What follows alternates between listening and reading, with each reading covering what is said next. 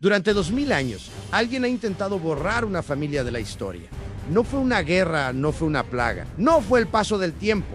Fue una persecución silenciosa, documentos quemados, nombres borrados, linajes perseguidos. Y lo más inquietante es que no se trataba de una idea, se trataba de sangre. A lo largo de la historia, la Iglesia, la Inquisición y el poder institucional han negado una posibilidad que aparece una y otra vez en archivo. Genealogías y tradiciones orales, que María Magdalena no fue solo una figura simbólica, sino el origen de un linaje que sobrevivió oculto durante siglos. Este video no intenta decirte en qué creer, intenta responder una sola pregunta: ¿por qué esta historia fue perseguida con tanta insistencia? Antes de continuar, es importante entender una cosa: María Magdalena no fue una figura secundaria. En los textos más antiguos, aparece como una de las personas más cercanas a Jesús, testigo directa de sus últimos días y la primera en verlo tras la crucifixión. Sin embargo, siglos después, su imagen fue transformada. Se le redujo a una pecadora arrepentida, se le quitó voz, contexto y autoridad. Y cuando una historia cambia de forma tan radical, la pregunta ya no es quién fue María Magdalena, sino por qué fue necesario cambiarla. Lo único que te pido a cambio es dar clic en el botón de suscribirse. En 1982, un genealogista francés llamado Pierre Planter abrió un archivador de acero en el sótano de la Biblioteca Nacional de París. En su interior, envueltos en tela aceitosa, encontró una colección de pergaminos que databan del año 1244. Los documentos contenían algo que no debería existir: un árbol genealógico materno completo, trazado a través de apellidos, registros de aldeas y archivos eclesiásticos, que conducía hasta una mujer identificada únicamente como M de Betania, esposa de María de Betania. El árbol no terminaba en ella, se extendía hacia adelante a lo largo de 13 siglos de historia europea, llevado por hijas cuyos nombres aparecían en registros parroquiales, contratos matrimoniales e interrogatorios de la Inquisición. Y luego, en 1307, el rastro se oscurecía, no porque la línea hubiera terminado, sino porque alguien había intentado borrarla. Esto no era una leyenda, era documentación. Y en el momento en que esos documentos salieron a la luz, el Vaticano emitió una negación formal antes de que nadie siquiera formulara una pregunta. ¿Por qué? Porque si este linaje existía, reescribiría por completo los cimientos de la autoridad cristiana. Significaría que Jesús de Nazaret no murió sin hijos. Significaría que su legado no fue una abstracción espiritual, sino una continuidad biológica. Y significaría que, durante 2000 años, el poder institucional había librado una guerra contra una familia cuyo único crimen fue haber nacido. La evidencia no comienza en Jerusalén, sino en el sur de Francia, en el pueblo de Saint Mary's de la Mer. La tradición oral ha preservado una historia que antecede a todos los evangelios escritos. Según la memoria local, 3 mujeres llegaron en barco en el año 42 después de Cristo: María Salomé, María Jacobe y María Magdalena. No huían de la persecución, protegían algo. Registros parroquiales del siglo XI describen a Magdalena como aquella que llevaba el secreto en su vientre. En 1448, un monje llamado el hermano Etienne recibió la orden del obispo de Marsella de eliminar esta frase de todas las copias de la crónica del pueblo. Él obedeció, pero en su diario personal, descubierto en 1989, escribió: he sido ordenado a borrar lo que todos ya saben. Lo que todos sabían era esto: Magdalena tuvo hijos, y esos hijos tenían nombres. En 1954, arqueólogos que excavaban un sitio funerario merovingio cerca de Renalich, descubrieron un osario inscrito con el nombre Sara. La datación por carbono lo situó en el siglo I después de Cristo. En su interior se hallaban los restos de una joven de entre 18 y 25 años y un único anillo de oro grabado con una frase en arameo: hija de la ungida, Sara, el mismo nombre que aparece en la leyenda provenzal como Sara la Cali, la Santa Oscura, la hija que Magdalena supuestamente dio a luz antes de huir de Judea. Esto no era mito, era biología en una caja de piedra, y el patrón se repite. Entre los años 1200 y 1320, un apellido específico aparece en registros notariales de Languedoc, Provenza y Cataluña de Magdala. El nombre surge en testamentos, dotes, transferencias de propiedad y en un documento inquietante, un decreto papal de 1215 que ordena al arzobispo de Narbona investigar y reportar todas las familias que afirmaran descender de Magdalena para que fueran conocidas por Roma, no protegidas, que son conocidas. Esto no era teología, era vigilancia. En 1244, la fortaleza cátara de Monsegur cayó tras un asedio de 10 meses. Los cátaros no fueron considerados herejes por su teología, sino porque afirmaban proteger algo que la Iglesia había intentado destruir: a los descendientes directos de Cristo, ocultos entre ellos bajo nombres falsos. Cuando la fortaleza ardió, 225 cátaros fueron ejecutados, pero 4 individuos escaparon la noche anterior a la rendición, llevando consigo, según testimonios de la Inquisición, el tesoro de la fe, que no era oro. 3 semanas después, en el pueblo de Aix-les-Thermes, un inquisidor llamado Bernard de Caux interrogó a una mujer llamada Esclarmonde de Foix. Bajo tortura, confesó: protegimos a las hijas. Ellas son el tesoro. Fue quemada viva a la mañana siguiente. Su testimonio fue sellado en los archivos del Vaticano durante 700 años. En 1307, un viernes 13 de octubre, los caballeros templarios fueron arrestados en toda Francia, acusados oficialmente de herejía, blasfemia e idolatría. Pero en los registros de interrogatorio de Jacques de Malay, gran maestre de la orden, aparece otra pregunta: ¿protegía la orden un linaje de sangre? Él respondió: protegíamos aquello que Roma intentó asesinar. Fue quemado en la hoguera 6 meses después. Antes de morir, maldijo al rey Felipe IV y al Papa Clemente V. Ambos murieron en el plazo de 1 año. Pero lo importante no es la maldición, es lo que de Malay dijo después, registrado por un escriba y luego borrado, pero recuperado mediante imágenes ultravioletas en 1971. Las hijas ya están en el norte. Nunca las encontrarán a todas en el norte. ¿Tú qué opinas? Deja un comentario mientras ves esto. Responderé a todos los comentarios.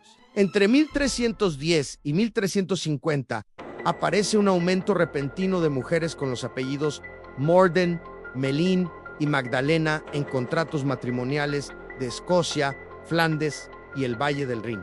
Se casan con familias nobles, mercantiles y gremiales. Y luego, en 1348, mientras la peste negra devasta Europa, ocurre algo extraordinario. En los registros parroquiales de brujas, un sacerdote llamado Jan van der Heyden escribe: muchas de las familias Melin han sobrevivido a la pestilencia en números que sugieren protección divina o conocimiento previo de la enfermedad. No explica más, pero en su cuaderno privado, confiscado tras su muerte, anota: no enferman como nosotros. Lo he visto con mis propios ojos. Es como si llevaran una sangre distinta. Una sangre muy distinta. En el 2003, un genetista llamado el Dr. Laurent Duval, de la Universidad de Lyon, realizó análisis de ADN mitocondrial en restos recuperados de Montségur y de otros 3 sitios del sur de Francia, históricamente asociados con la leyenda de María Magdalena. Su investigación no buscaba confirmar creencias ni narrativas religiosas, sino rastrear patrones genéticos maternos, aquellos que se transmiten exclusivamente de madre a hijo y que permiten seguir linajes femeninos a lo largo del tiempo. Los resultados fueron inesperados. Duval identificó un haplogrupo extremadamente raro en Europa Occidental, pero significativamente más común en poblaciones levantinas, especialmente entre comunidades judías del siglo I en Judea. No se trataba de una coincidencia estadística aislada, sino de un patrón repetido en distintos restos y en ubicaciones separadas por siglos. Con cautela académica, Duval publicó sus hallazgos en una revista científica de circulación limitada, evitando conclusiones especulativas. Sin embargo, el impacto no se hizo esperar. En menos de 6 meses, su financiación fue retirada sin explicación pública, su laboratorio cerrado y su proyecto archivado. Poco después, recibió una oferta inesperada: un puesto de investigación en el Observatorio Vaticano. Duval rechazó la propuesta. Años más tarde, en una entrevista concedida fuera de los canales académicos tradicionales, declaró brevemente: "Se me advirtió que algunas preguntas no debían formularse en público, no porque fueran incorrectas, sino porque tocaban territorios que nadie quería reabrir". Desde entonces, su trabajo no ha sido replicado oficialmente, ni refutado de manera formal. Simplemente dejó de mencionarse. En una entrevista de 2007, dijo únicamente: "Me dijeron que algunas preguntas son demasiado peligrosas para responderse en público, pero la evidencia no requiere un laboratorio, requiere alfabetización". En 1890, un historiador llamado Jules Michelet examinó los juicios por herejía del siglo XIV y notó un patrón. Las mujeres acusadas de brujería en Francia, especialmente en Languedoc, eran interrogadas de forma desproporcionada sobre su linaje y el nombre de la madre de su madre. Esto no era protocolo estándar de la Inquisición. El protocolo estándar preguntaba por pactos con demonios, asistencia a aquelarres o posesión de textos prohibidos. Pero en el sur de Francia, la pregunta siempre era genealógica. ¿Por qué? Porque la Inquisición no estaba cazando brujas, estaba cazando descendientes. En 1456, el juicio de Marguerite de Durán en Toulouse revela el mecanismo de esta caza. Fue acusada de herejía no por una afirmación teológica, sino porque poseía un libro familiar manuscrito que listaba los nombres de sus antepasadas maternas durante 11 generaciones. El libro fue confiscado y quemado. Entre los cargos figuraba esta frase: "Afirma descender de la mujer que ungió los pies del Señor y dio a luz a sus hijos en el exilio". Marguerite no fue torturada ni quemada. Fue liberada con la condición de no volver a hablar jamás de su historia familiar y de adoptar un nuevo apellido. Obedeció su nuevo apellido. Fue Dufour, del Horno, un nombre de borrado, de reinicio identitario, que sustituía el linaje por un oficio.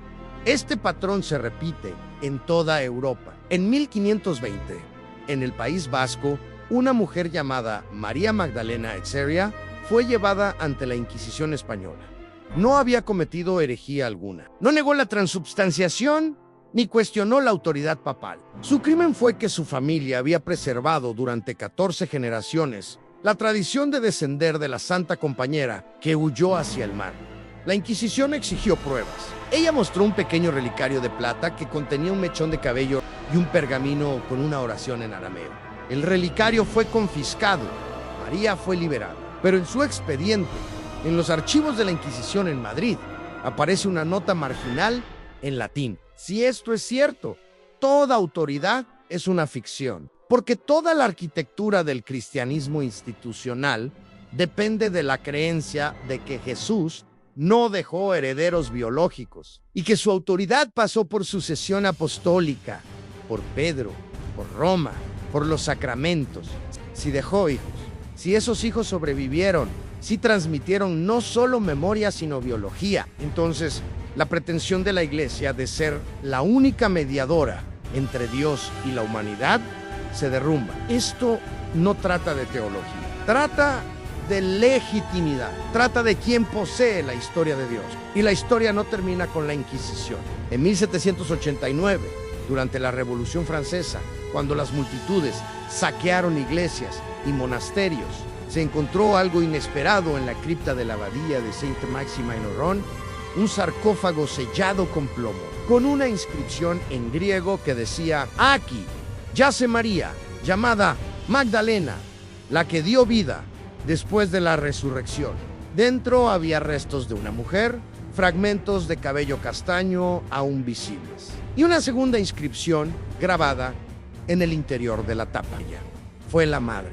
Los revolucionarios volvieron a enterrar los restos con honores. La inscripción fue registrada por múltiples testigos. En 1814, tras la restauración, el sarcófago fue abierto de nuevo. La inscripción interior había sido cincelada y eliminada. Alguien, en medio del caos de la guerra y el cambio de régimen, se tomó el tiempo de borrar 6 palabras del interior de un ataúd de piedra que nadie debía abrir. Esto no fue vandalismo, fue eliminación intencional de evidencia y confirma un patrón que abarca 2 milenios Cada vez que la historia de los hijos de Magdalena emerge, el poder institucional se mueve para suprimirla, no mediante el debate, no con contraevidencia, sino mediante el borrado. En 1945, en Nag Hammadi, Egipto, se descubrió una colección de evangelios gnósticos, entre ellos el Evangelio de Felipe, que contiene esta frase: la compañera del Salvador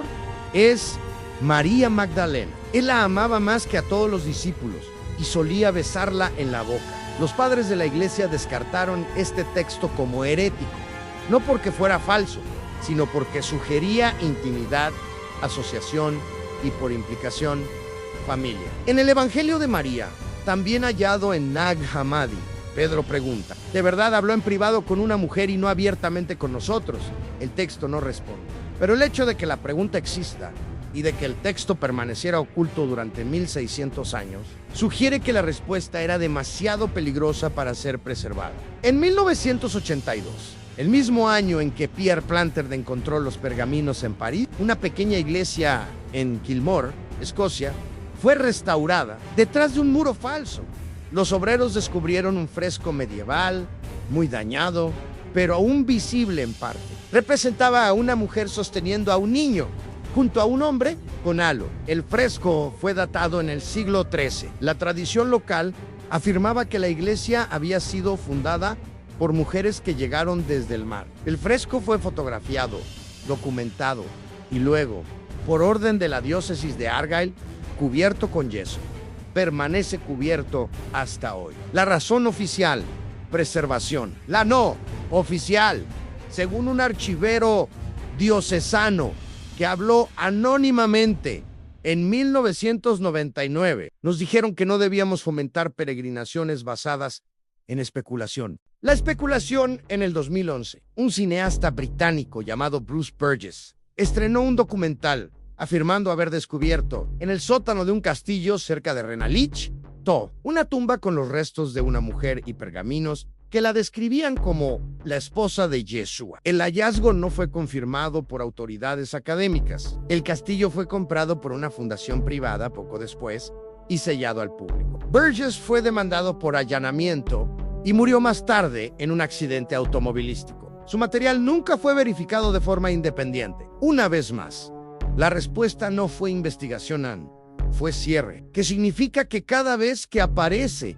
evidencia física de que Magdalena tuvo hijos, esa evidencia sea sellada, descartada, borrada o destruida. ¿Qué significa que la Inquisición interrogara a mujeres sobre genealogía? ¿Qué significa que familias nobles fueran investigadas por reclamar descendencia de Magdalena? ¿Qué significa que la investigación genética sobre estas afirmaciones sea suprimida? Significa esto: la Iglesia institucional ha pasado 2000 años combatiendo no un debate teológico, sino un hecho biológico. Porque si los hijos de Jesús sobrevivieron, sí, se casaron, sí tuvieron hijos, si ese linaje continuó a través de persecuciones, inquisiciones, guerras y plagas, entonces la autoridad de la Iglesia no es un nombramiento divino, es una construcción política. Y esa construcción depende de borrar a las mujeres que llevaron la memoria. Las hijas de Magdalena no son una leyenda, son historia escrita con tinta que desaparece. Son nombres que aparecen en una generación y se esfuman en la siguiente. Son árboles genealógicos quemados, confiscados o sellados en archivos que se abren una vez por siglo. Son marcadores genéticos que aparecen en lugares inesperados y se explican como migración o coincidencia. Son tradiciones orales en pueblos donde nadie escribe nada, porque escribir te vuelve visible y la visibilidad te convierte en objetivo. El linaje no murió, se escondió, se dispersó, cambió de nombre. Se casó con familias que no sabían lo que protegían. Sobrevivió no por intervención divina, sino porque el borrado nunca es total, porque los archivos son vastos y los burócratas descuidados, porque los inquisidores pasan por alto aldeas, porque las revoluciones abren criptas, porque el ADN no entiende de teología. En 2018, una genealogista en Quebec rastreó su linaje materno hasta una mujer llamada Méline Broussard, llegada a la Nueva Francia en 1669. Los registros familiares listan a su madre como Melinde de Saint-Maximin y a su abuela como Melinda Bean, 3 generaciones de Magdalenas, cada una nacida en el sur de Francia, cada una alejándose más de los centros del poder inquisitorial. La genealogista publicó sus hallazgos en un sitio público de genealogía. En una semana, su cuenta fue eliminada. La razón oficial: violación de los términos de servicio. No se dio más explicación. Así continúa el borrado, ya no con fuego ni interrogatorios, sino con servidores y contratos digitales. Las herramientas cambian, el motivo permanece: controlar la historia, controlar el pasado, controlar la legitimidad sagrada. Porque si las hijas de Magdalena son reales, si sus descendientes caminan hoy sobre la tierra, si llevan en sus células la memoria genética de una mujer que amó a un hombre al que el mundo llama Dios, entonces 2000 años de doctrina se reducen a lo que siempre fueron: una estructura de poder construida sobre las tumbas de mujeres que sabían demasiado. Los registros sobrevivieron, la memoria sobrevivió, la sangre sobrevivió. Reescribieron la historia, pero nunca mataron la evidencia. Lo que más temieron nunca fue el mito, fue la historia negándose a morir. Fueron las hijas recordando los nombres de sus madres. Fueron árboles genealógicos escritos en los márgenes de textos censurados. Fue la posibilidad de que la divinidad no pase por instituciones, sino por el hecho ordinario e imparable de que los niños nacen. Intentaron borrarla. La borraron 1000 veces. Y aún así, en iglesias rurales de toda Europa, en frescos ocultos y evangelios prohibidos, en osarios y secuencias genéticas, en la persistencia de un hombre que se niega a desaparecer, ella perdura.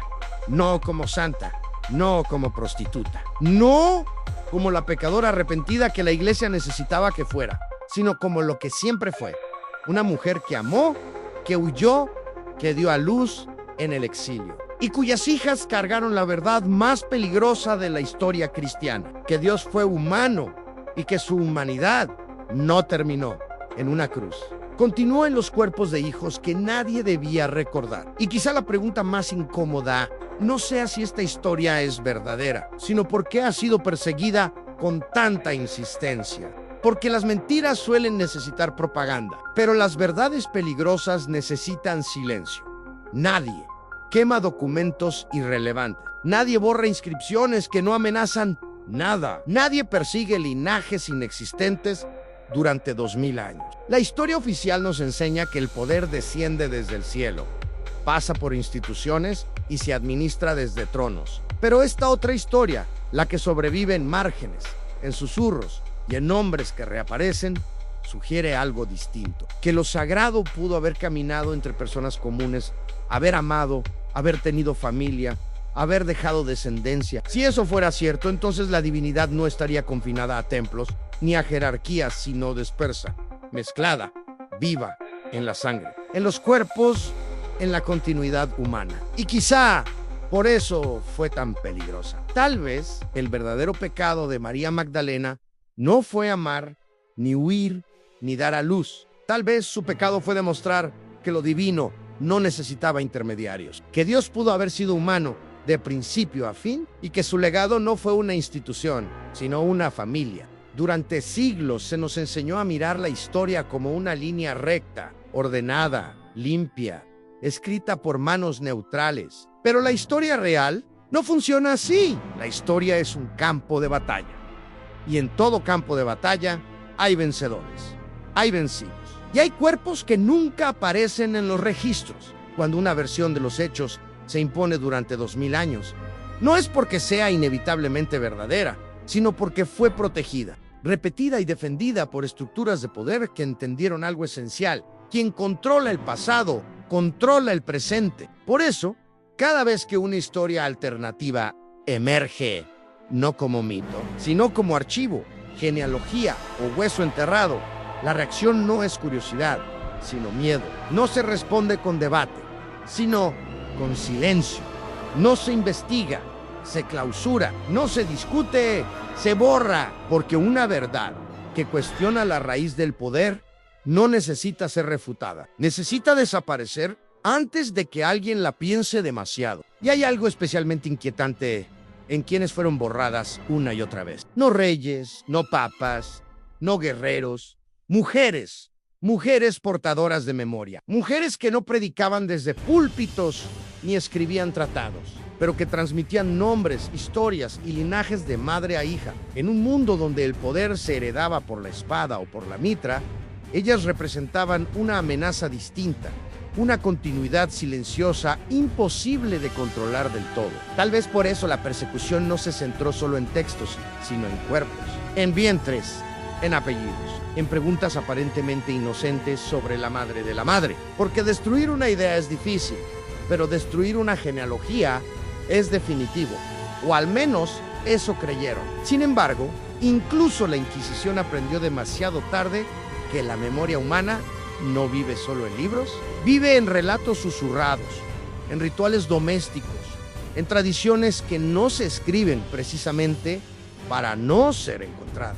Con el paso de los siglos, la estrategia cambió, pero el objetivo fue el mismo. Donde antes hubo hogueras, después hubo archivos sellados, donde hubo tortura, luego hubo descrédito académico, y donde hubo censura religiosa, hoy hay censura digital. La verdad ya no se quema en plazas públicas, se pierde en términos de servicio, se oculta bajo etiquetas de desinformación o se entierra bajo toneladas de contenido irrelevante. Lo inquietante no es que esta historia no aparezca en los libros oficiales, sino que cada vez que alguien intenta reconstruirla de forma independiente, algo sucede. Proyectos que se cancelan, investigaciones que pierden financiación, registros que desaparecen, no de manera espectacular, sino burocrática, silenciosa y limpia. Como si el sistema hubiera aprendido que la mejor forma de borrar algo no es atacar, sino hacerlo invisible. Y quizá ahí esté la pista más clara, porque las mentiras necesitan ser defendidas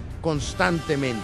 Necesitan voces, campañas, dogmas, pero las verdades realmente peligrosas solo necesitan una cosa: ser olvidada.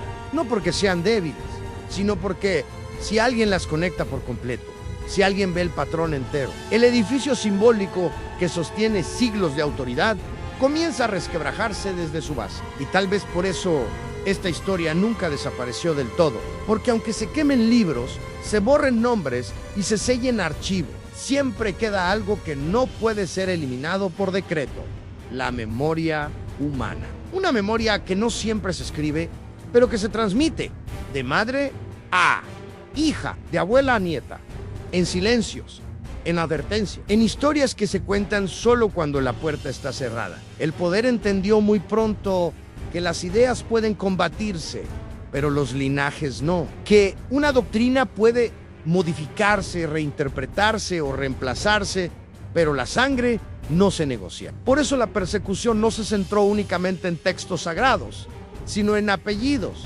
vientres y genealogías, en rastrear quién venía de quién, en asegurarse de que ciertas historias no tuvieran continuidad. Sin embargo, la historia demuestra que ningún sistema logra borrar todo. Siempre hay errores, archivos mal catalogados, documentos olvidados, testimonios que sobreviven en márgenes, tradiciones que se esconden en pueblos pequeños, lejos de los centros de poder. La verdad no siempre grita, a veces simplemente espera. Quizá por eso esta historia reaparece una y otra vez en distintos siglos, con distintos nombres y en distintos lugares. No como un relato completo, sino como fragmentos, como piezas de un rompecabezas que nunca se entrega armado. Porque quien logre unirlas no solo cuestiona una versión del pasado, sino toda una estructura de autoridad construida sobre ella. Y tal vez el verdadero temor nunca fue María Magdalena, ni siquiera sus supuestos hijos. El verdadero temor fue la idea de que lo divino no necesitara intermediarios, de que lo sagrado pudiera existir fuera de templos, jerarquías y rituales, de que la trascendencia no dependiera de una institución, sino de algo tan simple y tan incontrolable como una familia. Si eso fuera cierto, entonces la historia oficial no sería una revelación, sino una edición. No una verdad eterna, sino una versión cuidadosamente seleccionada. Y cada intento de borrar esta narrativa no sería una defensa de la fe, sino una defensa del poder. Así que la pregunta final no es si esta historia es verdadera o falsa. La pregunta es ¿por qué? Después de 2000 años, todavía hay tanto interés en que no se formule. Porque las historias irrelevantes se olvidan solas, pero las que amenazan los cimientos del poder, esas necesitan ser perseguidas generación tras generación. Y quizá ahí, en ese esfuerzo constante por borrar rastros, esté la sombra más reveladora de todas. Haz clic en el video que aparece en pantalla y sigue qué tantas verdades hay ocultas. No olvides suscribirte al canal. Nos vemos en la próxima.